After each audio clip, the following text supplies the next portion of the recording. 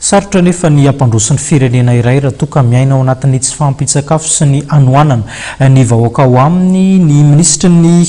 fambolena sy ny fiompiana izay nanambara fa efa misy ny pakady apetraka entina andresena izany hoy ny fanazavana izay nentin'ny ministra eo anivon'ny fiadidina ny repoblika izay misahana izay fambolena sy fiompiana izay fanazavana.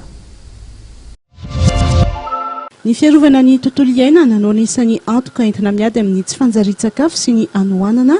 izay no nomafisy ministra eo anivon'ny fiadidina ny repoblika misahana ny fambolena sy ny fiompiana nandritra ny fankalazana ny andro iraisam-pirenena momba ny sakafo tany Anjozorobe. Na amin'ny tany Mandroso na amin'ny tany Andalam-pandrosoana dia olana iraisana ny resaka tsy fanjariana ara-tsakafo ary tanjona iraisana ny ahafahan'ny mpitondra mampisakafo ny vahoakany. Fanamby apetraka eran-tany amin'izao ny fanafoanana ny anoanana amin'ny taona 2024. Mipetraka nefa ny fanontaniana hoe ahoana no tratraran'izany tanjona izany manoloana ny fiovaovan'ny ny toetrandro. Satria misy an'ilay fiovaovan'ny toetrandro izay tsy zakatsika mametra azy no mianto maro samihafa. Misy no isika dia tsika manana ny direction des avions ministère en transport io mba mitsirika mena ohatra zao hoe voalazany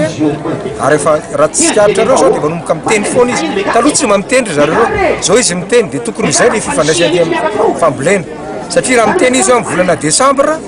vao avy tena orana dia dikan'izany zany ny fambolena tokony aprisika hoe satria tsika mamprisika hoe mampiasa zanabary tanora ohatra zay nefa raha zao le olona ny karakaraka itsy dia hoeniporo andro zany ilay zanabary dia tsy miteraka firitsony iny zay zany ny fampirindrana tokony ataon'ny teknisianina zay fandray saminy ao amin'ny fanjakana daholo zany rehetra zany fa nenay lasa samy teniny azy ohatra zany zao ny jona manidy zao tsika ny faritra loatra hoe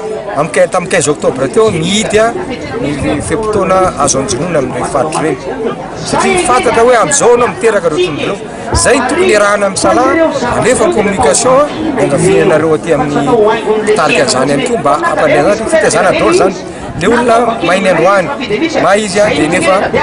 zay tsy mampiakatra n'ilay tapa amikaratsika raha amin'ny lafiny fambolena na amin'ny fiompiana tsy mijery an'izay dia zay zany ny arindratsika. Nandritra ity fankalazana ny andro iraisam-pirenena momba ny sakafo ity dia nampatsiahy fa tsy maintsy mijery ny lafiny fiovaovan'ny toetrandro ny pakady entina mampandroso ny lafiny fambolena sy ny fiompiana ao amin'ny ministera tantaniny.